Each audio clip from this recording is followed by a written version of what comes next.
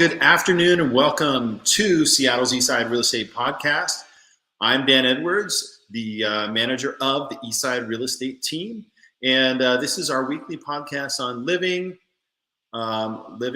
growing, working, having fun on the East Side. Thanks for joining us today. We would love, if you're watching this live, to subscribe, thumbs up. You can comment. We'd love to answer any questions that you might have about the amazing real estate market that we find ourselves in. We've got some fabulous guests today. Also, if you want to ever listen to past podcasts, you can do so by subscribing to the podcast. Just search Seattle's Eastside Real Estate Podcast, and that will put us in place for, my phone is going crazy, excuse me, pardon me.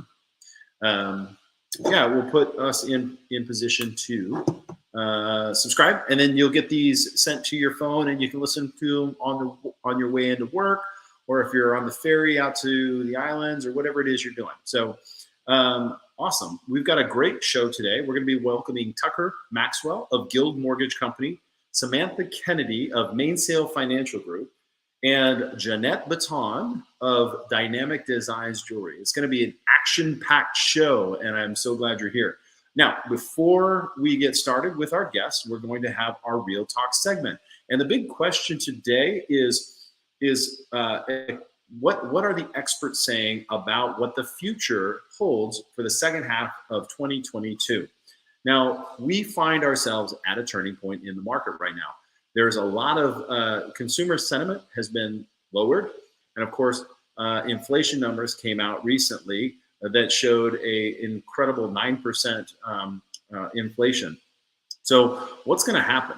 We've seen that the Feds have increased the short-term interest rate by 2 percentage points. And if you look at that, that really it's designed to put the brakes on the industry right now. So what can buyers, what can sellers expect?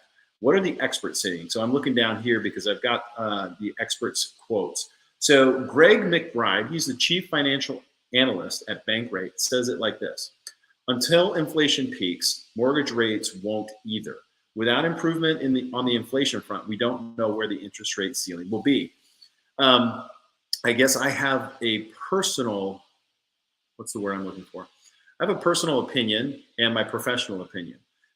It felt like inflation started to recede the last couple of weeks, but the report just came out now that showed, record high. So I think over maybe the last month, we've seen that peak, and perhaps it's on the way down. That's a question mark. I don't really know for sure. But what I do know is that inflation being high, the Feds are going to do everything they can to push to slow the movement of money, essentially the buying of goods and services. And one way to do that is to impact the real estate market. Of course, we don't know what will happen at the next Fed meeting, and I don't want to assume, but let's just take from a standpoint what is important to buyers and what's important to sellers. The first thing that's important to buyers is affordability.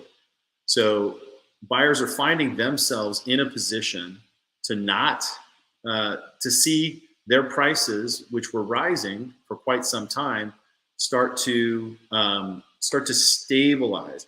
I want to be careful with the words I'm using here and not say starting to fall, because that's a what's the word I'm looking for? I think that's a misconception. We start to see more available inventory, and I'll come back to that.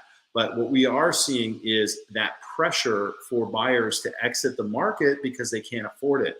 And Tucker Maxwell and I, in a few moments, will kind of talk about strategies for buyers to understand why this is actually still a good time to consider. As a matter of fact, it's better than it has been in the past 5 years to consider a move.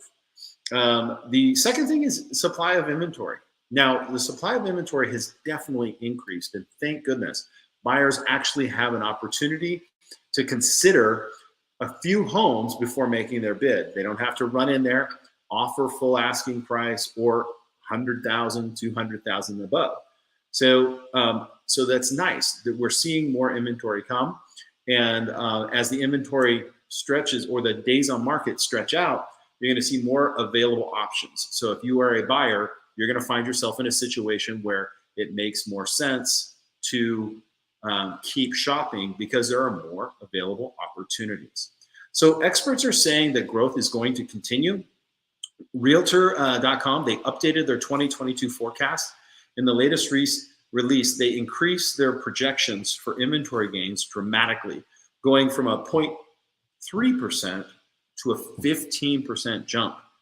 Selma Happ, Deputy Chief Economist of CoreLogic. CoreLogic is a company that does home valuations and stuff, and we call it automated valuation. So they kind of help us with value. And they said the current home price growth rate is unsustainable, meaning the one in the rearview mirror. And with higher mortgage rates coupled with higher inventory, it's going to lead to slower home growth, but unlikely declines. So I think that's the key aspect. It's not depreciation or a reduction in value. It's slower home growth.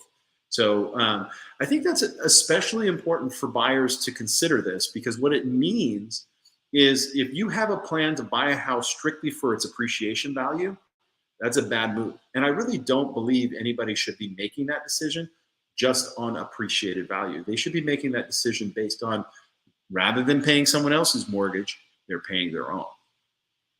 So in summary, bottom line, if you're a home buyer or a home seller, you need to know what's happening. You need to be informed. I'm happy to sit down with anybody, talk about their specific situation, and see how the market affects their goals. Because essentially what this is not an investment strategy session. Excuse me, easier said than done. This is not an investment strategy session. This is an understanding of how to get from point A to point B, house A to house B, rental A to home ownership, first-time home seller to a retirement home. And I think it's important to understand the market factors in place and how they relate to your situation. At the Eastside real estate team, we're here to help guide you in that direction with the proper information. So let's talk. If there's something that you need more information on, we're happy to help. All right, so we're gonna do a short commercial break, then we're gonna come back with Tucker Maxwell. So we've got this quick little check. The pest stops here. Green City Pest Control is your full-service pest solution for all your pest control needs. With an owner with 32 years experience, a board-certified entomologist, and rodent specialist, we do it all. Bats to rats, crawl space, or attic. Call us and we will resolve your problem. 425-413-9700. All right, welcome back to the show. I'm going to bring on our next guest, Tucker Maxwell with Guild Mortgage. Welcome to the show, Tucker. Hello, Dan. Thanks for having me. All right, so you've been here before. We're going to kind of do a current update. We talked about all the carnage just in the last segment, of course. But we have a specific topic, and this topic is a tool. The tool in your realtor's tool belt that can help you get the home that you're looking for in any market. So it's all about temporary buy down. So Tucker, what's a temporary buy down? Yep. So Dan, you hit this on your intro segment. Is we're trying to allow buyers to feel comfortable with their monthly payment. Like that's the biggest thing here with rising interest rates.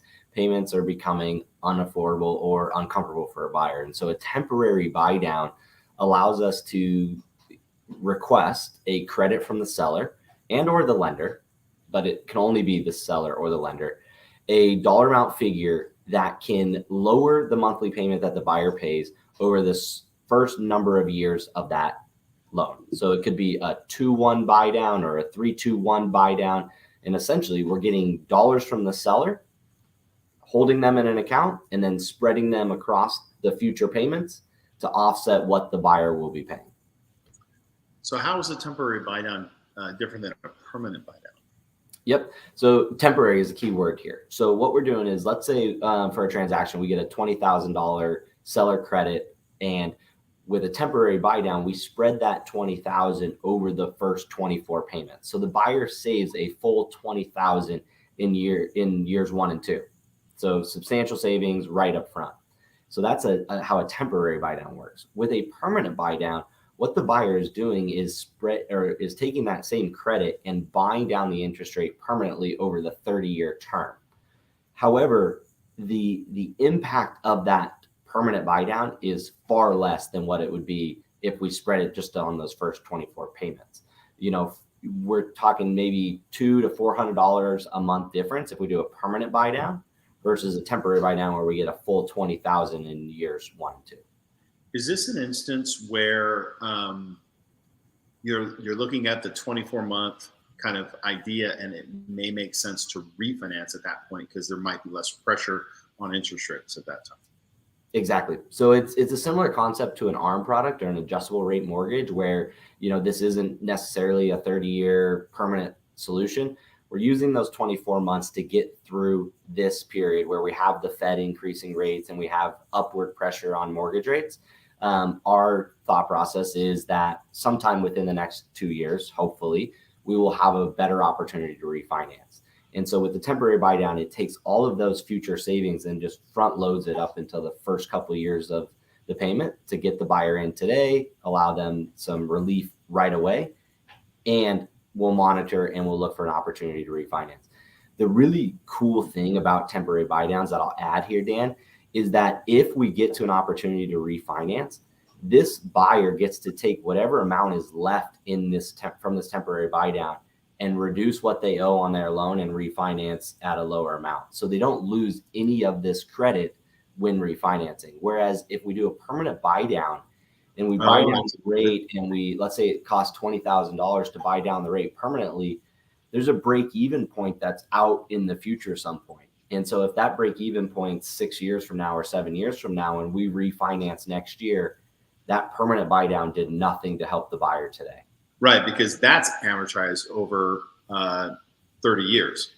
Exactly, over 360 payments. Yep. Can you do a buy down for 3 years? You can, yeah. We can really structure it however really we want. We can do 3-2-1 where you get a 3% break the first year, 2% the second year, and 1% the third year, and then the start of the fourth year is when your permanent interest rate would kick in. Or you could do a 2-1 where it's 2 percentage points the first year and 1 the second year. The key component is how much is the seller willing to give us, because a 3-2-1 buy down is of course going to cost more to the seller than a 2-1 buy down. I gotcha. The interesting part about that is you essentially are giving yourself a bit of, the seller's giving, because we're going to talk about how this helps the seller in just a second. So let's talk about that part. How does it help the seller? Yeah. So, from a mortgage perspective, we're always looking at this from a monthly payment standpoint and how does it help the buyer? But when we flip it to the seller, to get the same monthly payment savings. So, we're talking $1,000 a month for year 1 and maybe $500 of savings in year 2. How do we get that same savings from a seller reducing the price?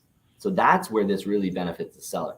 For a seller to have that same impact to the buyer with the payment, they would have to reduce the price of the home by hundreds of thousands of dollars. To get the monthly payment to drop $1,000, you're talking well over $100,000 price reduction. So how it helps the seller is they are only giving up maybe $20,000 in proceeds and preserving that extra 80 or 110 or 120,000 that they would otherwise have to give up in order to sell in this market to make it comfortable for a buyer.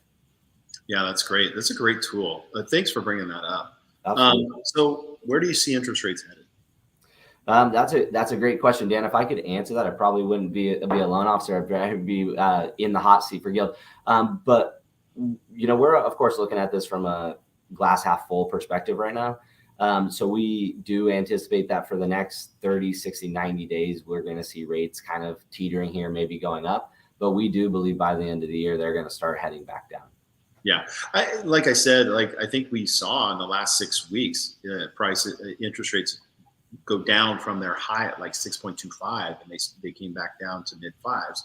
And I think really there's an emotional reaction in the bond market. And it really is, based on these hedge fund guys trying to figure out how where the market's going, and we're seeing volatility.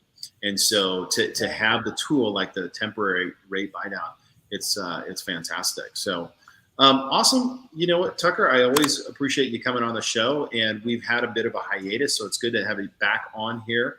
How do our listeners get a hold of you? Yep. So I'm on all the major platforms. So Tucker Maxwell at Guild Mortgage. You can find me everywhere. Phone number 425-757-9202, or you can email me tmaxwell@guildmortgage.com. Perfect. Well, thank you so much, Tucker. I appreciate you coming on. Until next time, enjoy this fantastic summer. Absolutely. Thanks, Dan. All right. We're going to have a short commercial break. Then we're going to be welcoming Samantha Kennedy with Mainsail Financial Group right after this short break. Tired of the same old conversations at networking events that never lead to new clients? BNI is changing the way the world does business by connecting you to strategic relationships that can help you grow your business. BNI is the world's largest networking organization, helping hundreds of thousands of members around the world each year increase revenue through relationship marketing. For information about visiting a BNI chapter near you, go to the BNI Northwest website at bninw.com. All right. Welcome back to the show. I am Dan Edwards. This is Seattle's Eastside Real Estate Podcast. I am the managing broker and real estate agent with the Eastside Real Estate team. We are going to welcome in our next guest, and I'm actually going to find her banner first. Let's see if I can. There it is, Mainsail Financial. We're going to welcome to the show Samantha Kennedy. Welcome to the show, Samantha. Thank you so much, Dan. Wonderful to be here. So we've got, there's a lot of turmoil right now in the market. So I think it's great to have somebody with your expertise on. But before we get into our questions for the day, why don't you tell me a little bit more about what motivates you? What motivates? Well, actually, wait. I actually need to do this because this is a pretty epic story. So Samantha's life is full of miracles. At the age of 3, she was adopted from China to a loving family after being malnourished and with little stability. When Samantha looks back, she realized her journey has taken her not from knowing where the next meal was coming from to supporting others to plan for their future through her role as a financial advisor. The desire to help individuals and families prepare for a financially stable future while developing lifelong friendships is what provides Samantha purpose. She finds joy in celebrating her clients' wins as well as being a resource while they're freaking out about today's current market. I added that part. With 7 years in the financial services industry, Samantha has discovered no two couples have the same dreams, and there's always more to learn. So that's your introduction. Welcome to the show, Samantha. Tell us about your big why. Yes, and I'm so happy you shared a little bit about my background, Dan, because that matters a lot. I am inspired every day, and I feel incredibly blessed that my quote job is to learn people's stories and figure out how can I perhaps be a resource for them, not only just today, but ideally their life. So my why is essentially figuring out how can I be a resource to as many people as possible, whether that's through education, one-on-one investment advice, or even from a larger perspective through larger networking groups to share some financial knowledge that isn't taught in schools. Now, a little bit under the hood, which I think a little bit of my background information is helpful to know, is at the end of the day, I'd love to be involved in foster care and adoption communities. And then a little bit also on the side is I do have a passion to coach cross country or track for a high school team. And so a huge advantage is, especially in the financial industry, I can be a resource to my clients, but it also presents a field where giving back is, I won't say easy to do, but definitely possible while growing your business. That's awesome. So I've got a question here. It says, how does your why relate to fire? What are we lighting up here? Yes, you got it. So, what is the FIRE movement? So, this is sort of a new catchy phrase out there. And what FIRE stands for is financial independence and retiring early. So, connecting back to the why, I think financial independence can be sort of a catchy phrase thrown out there. And at the end of the day, it means something different to everybody. For some people, it can be when do I no longer have to work? I think that probably is a question most of us ask ourselves. For other, it's when can I maybe work part time? And then for even some couples I work with, it's not necessarily when do I not work. It's when can I have income not be tied to the work I do. And Mm. so that's the first part of fire. The retire early part, that's always a little bit interesting because I think depending on the type of career one's had, we have sort of a separation in demographics at this point. There's some people who have pensions, have been with their company for 20, 30 years, and the retirement is looking very, very solid. And they have high income even when they choose to stop working. For other people retiring early, I think finding a philanthropic goal, and many people I work with are motivated to find a passion sometimes outside of work. And so when we say retire early, I think in respect to the financial world, it's figuring out how can we support the lifestyle that one wants to live and ideally be supportive of that and help them pursue their passions outside of just personal finances. That's awesome. That's straight fire. You know what I mean? You got it. Sorry. Sorry for any future people watching this and going, why is he being so weird? All right. So financial planning has changed quite a bit. How has it in the past few years? It has. And I will even take a step back and say not just financial planning, but I would argue almost every industry has drastically changed over the past 2, 3 years, going through a pandemic, technology becoming more and more accessible. And it used to be events in the world were not, I guess, realized or not as instantaneous as it is today. So when we talk about financial planning, what's different is the roadmap we build today needs to be flexible. At the end of the day, at least in the United States, we're not sure if Social Security will be around. We don't really know what will happen next year, let alone 5, 10 years down the road. So, how financial planning has changed quite a bit compared to 10, 20 years ago is we want to build a roadmap and sort of a foundation, but at the end of the day, the monitoring, the ongoing support, having that relationship with someone who understands your goals is even more important because your goals might change along the way, but the world is ever changing. And I think if the last few years hasn't taught us that, I'm not sure what more needs to happen to want to be sure there's Yeah. two hands behind the If wheel. you have not waked up that things are different, I don't know. You've been asleep. It's definitely for sure. All right. Exactly. So what are you doing to protect clients given the current volatility? Yeah, great question, Dan. I figured I would break this up into a couple segments. So, as you can imagine, risk tolerance or what is the amount of risk one is willing to take is a huge piece to this question. So, when we talk about market volatility, it cracks me up a little bit. Market volatility is usually only recognized when markets go down.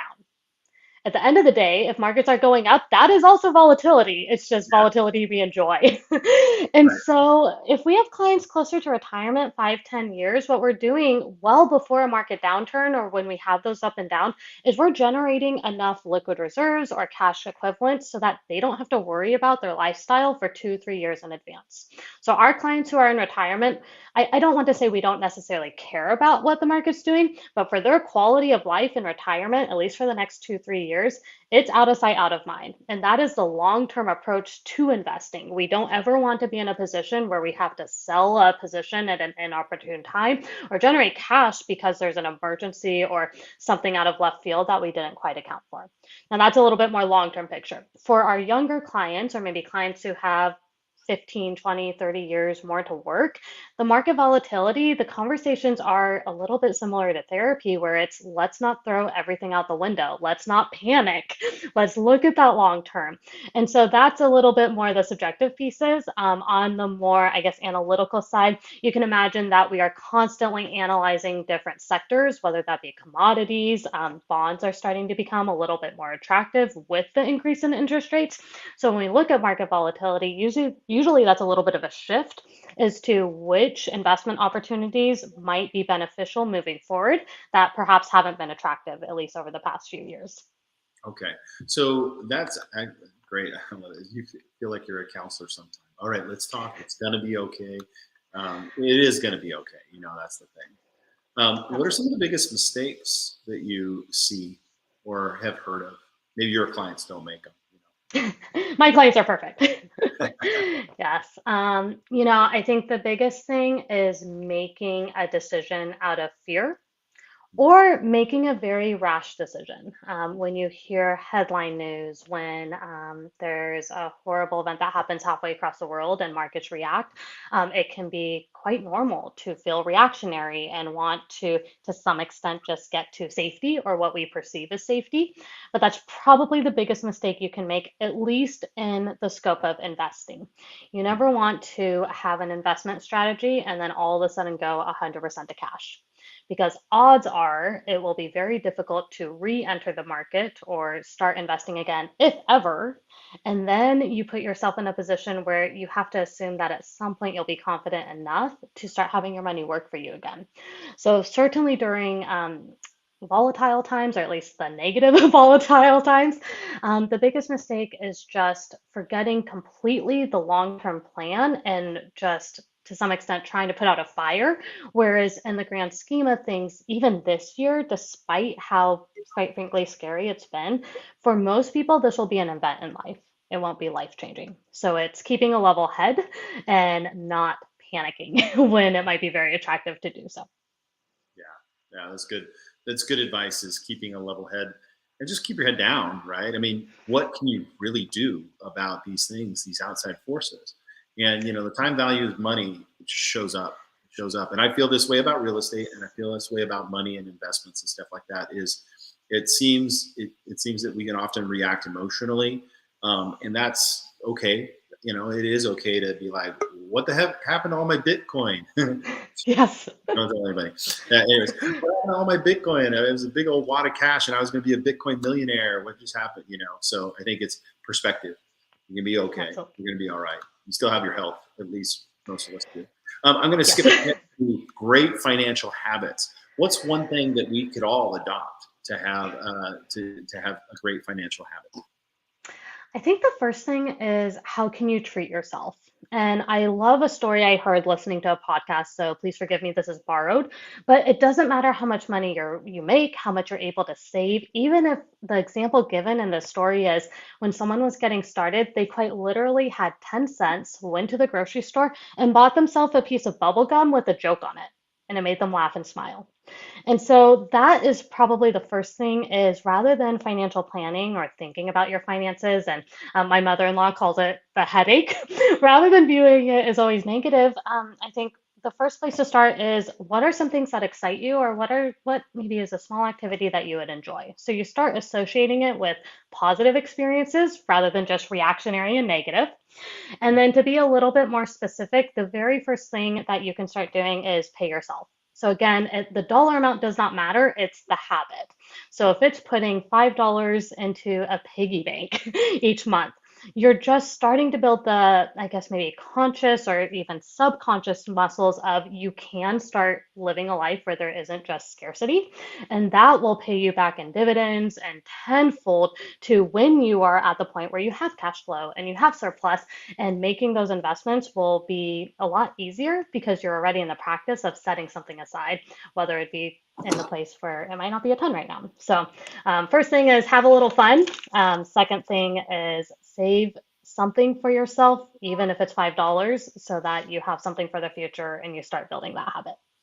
Yeah, I was actually looking on my phone because it's called Atomic Habits.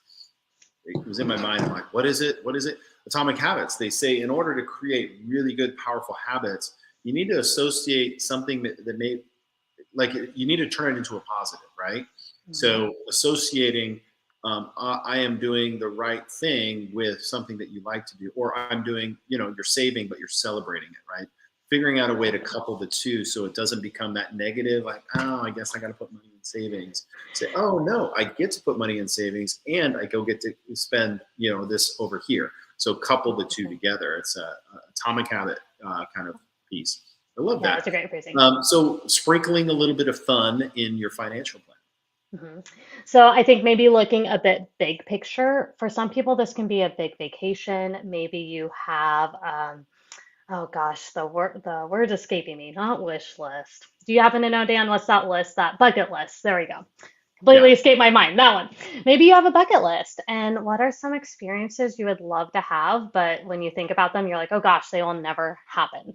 Having, I guess, realistic goals is important, but also having goals that you're just excited. It's something that's rewarding, and sort of those atomic goals, circling back, or atomic habits, circling back to that. Anything you can have that's positive reinforcement will make it even more likely that you stick to a plan. Because when it's hard and when you're still building the habits, you have that event or that trip or experience to look forward to, which, at least for most people, tends to be a little bit more motivating. On the smaller scale, just that example of buying a little piece of bubble gum with a joke. Maybe it's, I don't know, every other weekend you get to go to a local farmer's market and you have 20 bucks to spend on whatever you want. I think not having limitations for some parts of your financial plan is incredibly important, because a lot of it is inventory and bookkeeping. And so you want to find that balance of what's the Samantha, I serious have to part. call you on the carpet though. Buying a piece of bubble gum is fun, but going to Cabo is much more fun. So Yes, my scaling. suggestion in this is to give yourself a big goal. And when you achieve that big goal, it should serve you financially in a way that you could afford to buy that trip to Cabo, right? There you go. I've done that before. Like I write out my goals for my team and all of that stuff. And then I say, okay, and if we do this, I'm going to do that. And it's like a total stretch goal, and it's a stretch reward. So I'm just making a suggestion. Bigger. Yeah, that's great. Cause and effect. And any positive association you can get will just be a win long term. Awesome. Well, super great conversation. I think it's really healthy to talk about like what Tucker and I talked about, and then bring you in to kind of talk about how to stabilize that side of things, because it really is balance. So how do people get a hold of you? Yes, I can be contacted via email. My personal email is samantha@mainsailfg.com, or you're welcome to call and text the number on the screen, 425-679-6736. Thanks so much, Dan. Thank you, Samantha. It was a pleasure to have you on. Now, next up, we are going to welcome Jeanette Betton, and we're going to talk about spending some of that money. So you've reached a super awesome goal, and then you get to meet up with Jeanette, my favorite amazing artist when it comes to real estate. So let's see. Oh, I got to find there it is, my commercial. So we'll be right back after this short commercial break. It's about time. Do you find you never have enough time for what matters most to you? Our comprehensive It's About Time virtual productivity program teaches you the secrets of long-term, sustainable, and life-changing productivity. We provide monthly webinars, implementation challenges, resources, community, and accountability. You'll learn tips, techniques, and strategies to help you more effectively and efficiently manage your email, tasks, time, workspace, priorities, projects, and resources. You'll implement organized systems and productive habits that work. You'll finally get better results at work, experience less stress, have more time to dote on your clients, time to spend with your family and friends, take better care of yourself, pursue hobbies, and get more out of life. Do you crave more time for what matters most? Are you ready to take control? Isn't it about time? Well, to start having more time for what matters most to you, call us at 206-579-5743 or visit our website for more information at www.itssimplyplaced.com. Again, that's 206-579-5743 or visit our website www.itssimplyplaced.com. Join today, because really, it's about time. Your time. All right, welcome back to the show. Dan Edwards here with Seattle Eastside Real Estate Podcast and the Eastside Real Estate team. Next up is our fantastic jewelry designer, Jeanette Betton. She's got 40 years experience designing jewelry. As a personal jeweler and diamond importer, she provides designs and options that fit your lifestyle, personal taste, and budget, while focusing on what's most important to you. Whether you're creating an engagement or wedding ring or redesigning your old jewelry, her joy is helping you create jewelry memories that last a lifetime. And she's available by appointment only in her Kirkland showroom. Here's a cool thing. In 2009, she was voted Woman Business Owner of the Year by Eastside Women in Business. In 2013, Nellie Cashman, Woman of Business Owner and of the Year finalist, and is a member of the Independent Jewelers Organization. And did I mention she goes to Antwerp and buys diamonds just for you? So let's welcome to our show, Jeanette Betton with Dynamic Designs Jewelry. Hey, Jeanette, how's it going? Great. How are you, Dan? Hey, I can only see from your nose up. Can you adjust the camera so I can see your? Let's see if I can do this. Is that better? There we go. There we go. Yay. Yay. Hey, well, welcome to the show. So let's talk about what does it mean to be a personal jeweler? I work as a personal jeweler because I want to have one-on-one time with my clients to be able to listen to them, focus on their needs, really find out what's most important to them, and take the time to find solutions that fit in their budget, whether we custom make it, whether we order it, providing lots of different options, not just what we have here in stock. And so my clients enjoy creating that relationship to where they feel comfortable and they trust me and they can talk to me and they'll know that whatever it is that they want, that I can find for them. And whatever they want, you can find for them. I can. All right. Well, does it cost more to work with somebody like yourself? It doesn't for me. I mean, we work by appointment. We try and keep our overhead low, and we work on, basically, we sell between 20 and 30% below average retail for the area. So actually, you get more for your money. We work on focusing on better quality at better prices. And so we can work within any budget and provide options within that to where we can help save you money. So why do you choose to work by appointment only?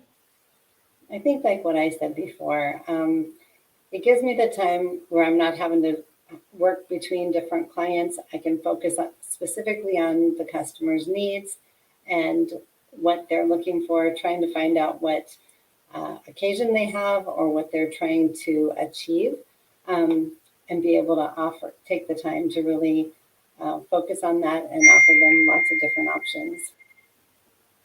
So, it's when it comes to the engagement ring thing, I don't know anything about it. But it's been a while. It's been a while. But I do know that everybody is looking for something unique. So how do you go through the process when, somebody wants something? This is something I think my understanding of what you do is unique to you. But how do you go about helping somebody create a unique?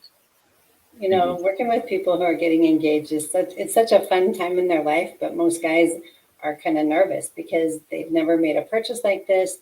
It's something totally foreign. They usually associate it with a car or an engine or something. But what I try and do is put them at ease. Usually they'll bring to me a few different ideas that maybe their girlfriend or fiance, either things they've worn or things that they like. But then I can give them gentle suggestions of how to figure out her finger size by taking another ring that she's worn before and putting it on your finger so we can be sneaky and figure out her finger size. Finding out the kind of metals that they like, offering the different stone selections and helping them understand the differences. And then just kind of really think about what's important, like what her lifestyle is like, what is her work. And so that way we can really target and make it something that she can feel comfortable wearing every day for the rest of her life. So it's very exciting. That's awesome. All right, so let's pivot from the ring to the rock. So is there a difference between, I didn't even know there's a such thing as lab-grown diamonds? I've gotten a lot more questions about that lately. Lab-grown diamonds have been made for many, many years. The technology has gotten better, so now they're more jewelry grade. They used to be a really low grade, and they'd use them for like drills and saw blades and a lot of commercial uses. But now there are lab-grown diamonds that are available in jewelry grade you can use for diamonds. They're the same hardness, they're the same chemical makeup. Just one is found in mines, and the grown like 100,000 years ago. And lab-grown diamonds are grown in a lab. I guess one of the big differences that I talk to people about is that diamonds, since I've been in the industry over 40 years, diamonds every year have gone up in value, where lab-grown diamonds have continue to go down in value. I mean, they're less expensive. And so people ask me like 10 years from now, what will, I can't say. Because all I can say is history has shown that it's worth a little bit less each year. But if it's something you're, I think for some people, it allows them to get a bigger diamond at a lower price point, and that's what's more important to them right now. And so my job is to make sure it's your ring your way. My job is to educate you so that you know what the options are that are available and pros and cons, and that you make the decision from there. Can you tell between the two? What did you say? Can you tell the difference between a lab grown and a mined? Excuse me. We have a machine that we can test. So we can tell what is the difference, but no, to the naked eye, you cannot tell the difference. So visually, you can't tell, but when you do some kind of chemical run on it? It's a machine that actually tests it, and it will tell us if it's a lab grown or a mined diamond. Wow, that's very interesting. Do you do jewelry for insurance? Yes, we do. We do jewelry appraisals for insurance, and that's another reason why we have the machine that tests if they're lab grown or mined, because we have to be able to make sure we know what we're appraising. We also do jewelry appraisals for estates too, but jewelry appraisals are good to have updated every 5 years, just to make sure, because diamonds and gold prices fluctuate. It's good to have them updated to make sure that if you lose something, then your jewelry, there's enough money on there to cover replacing it. Okay, cool. So how do people go about the appraisal process? How do they go about it? They bring their jewelry in, and then we clean it and grade it. And we basically do a full written appraisal with a picture, description. So from that picture and description, if it was lost or stolen, we would be able to remake it the exact ring that you lost, or pendant, or whatever it is. Awesome. Okay. What about estates? So when you are handling an estate, that's happening a lot of times now. Folks are downsizing and they have a bunch of jewelry. Can you help? Yes, we've actually been doing a lot of estate evaluations lately. Some of the estate evaluations, you need to find out the value more on a fair market value level. Like, say if one of the people in the family wants the grandmother's jewelry or the mom's jewelry, but the brother would prefer cash. So you need to evaluate it on a cash level basis to be able to make it fair as you're distributing jewelry for the to settle the estate. And then also some estates have taxes involved with them. And so it's more fair to be valued at a fair market value. And then some of the people come in and the jewelry's old or broken and that kind of things. So it needs to be sized or repaired so it can be given to people. And sometimes it's not the styles that people even want. And so we can actually take that jewelry and redesign it and give it to different people in the family so that they have little pieces to remind them of grandmother or their grandmother or their grandfather or their mom. So it's fun to think of all the possibilities of how it can be handed down through the generations. Jeanette, you're like the Swiss Army knife of personal jewelers. I guess I know. I can handle all your jewelry needs. all your jewelry needs. Like, how do you? This one is, people aren't wearing it anymore. Can you repurpose this stuff? Exactly. So we have sometimes situations change. Sometimes people get divorced. Sometimes the color jewelry you used to wear 20 years ago might not be what you want now.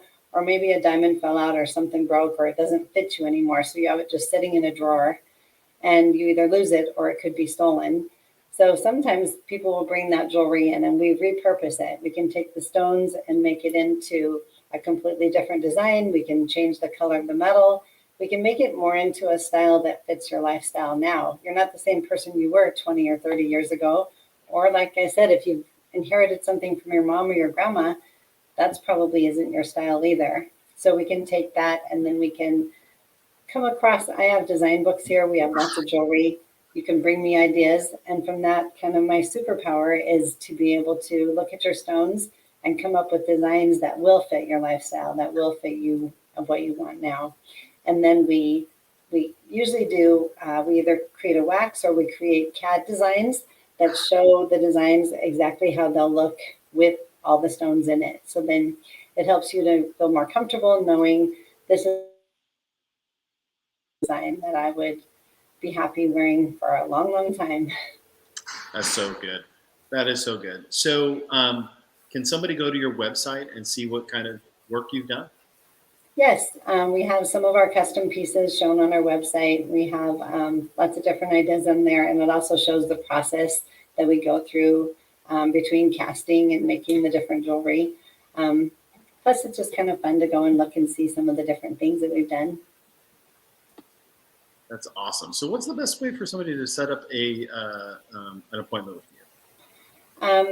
That's easy to call or text our showroom, or you can go to the website. There's a contact page on there that you can send in an email to us. So our showroom number is... Oops, sorry about that. That's okay. Our showroom number is 425-827-7722. Oh, that's my cell phone number, my personal phone number. I'll take that off. So, yeah, our phone number is 425-827-7722.